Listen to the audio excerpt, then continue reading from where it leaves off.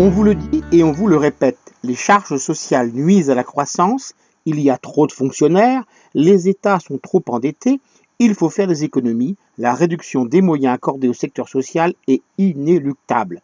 La source des déficits est-elle bien là où on l'affirme?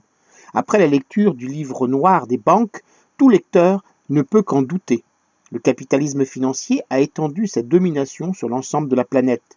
Ce qui l'intéresse, ce n'est pas l'investissement dans l'économie réelle, mais la spéculation sur les titres disponibles en bourse.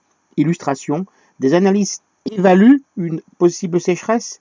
Les traders négocient des contrats d'achat de blé à prix raisonnable. Ils attendent que les prix montent sur les marchés, puis ils revendent, empochant de considérables profits. La mise au point de puissants algorithmes mathématiques et l'utilisation d'ordinateurs ultra rapides permettent de réduire le temps des transactions à 6 microsecondes. Bien sûr, cela ne fonctionne pas toujours comme on le souhaiterait. En 2008, l'une des plus grandes crises a éclaté. Qu'à cela ne tienne, les États sont intervenus, tout comme l'Union européenne, 4 500 milliards d'euros pour sauver les banques. Après remboursement de ces prêts, le coût estimé de leur sauvetage a été évalué rien que pour la France à 30 milliards, ce qui a provoqué un lourd endettement des États.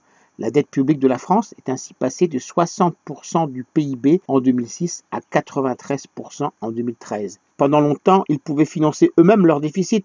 La logique néolibérale de l'Union européenne l'ayant interdit, c'est la Banque centrale européenne qui, en 2012, a fourni 1000 milliards d'euros aux banques privées à des taux allant de 0,01 à 1%, capitaux qui ont ensuite été prêtés aux États à des taux allant de 5 à 10%. Bonne nouvelle, dès 2009, les groupes bancaires français annonçaient 11 milliards de bénéfices qu'ils se sont empressés de partager avec leurs actionnaires et leurs dirigeants. C'est ce qu'on appelle la socialisation des pertes et la privatisation des bénéfices. On comprend que l'investissement se tourne à 75% vers les activités de trading et de spéculation plutôt que vers les entreprises, 10%, et les ménages, 15%.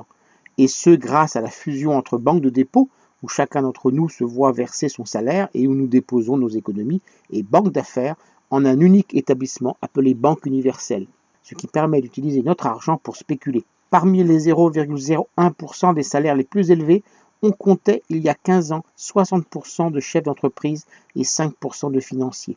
Ils sont dorénavant respectivement 20% et 40%. Les bonus des traders de la Société Générale étaient de 15 000 euros en 1994. Ils sont aujourd'hui de 162 152 euros. On vous le dit, c'est le social qui coûte trop cher. Je vous rappelle le titre de l'ouvrage que je viens de vous présenter, le livre noir des banques. Il est signé par Attaque et Basta et a été publié aux éditions Les Liens qui libèrent en 2015. Il est vendu au prix de 20,50 euros. Vous pouvez retrouver le texte de cette critique dans le numéro 1164 de Lien Social. Il est disponible sur le site du journal www.lien-social.com ou sur mon propre site www.trématin.com.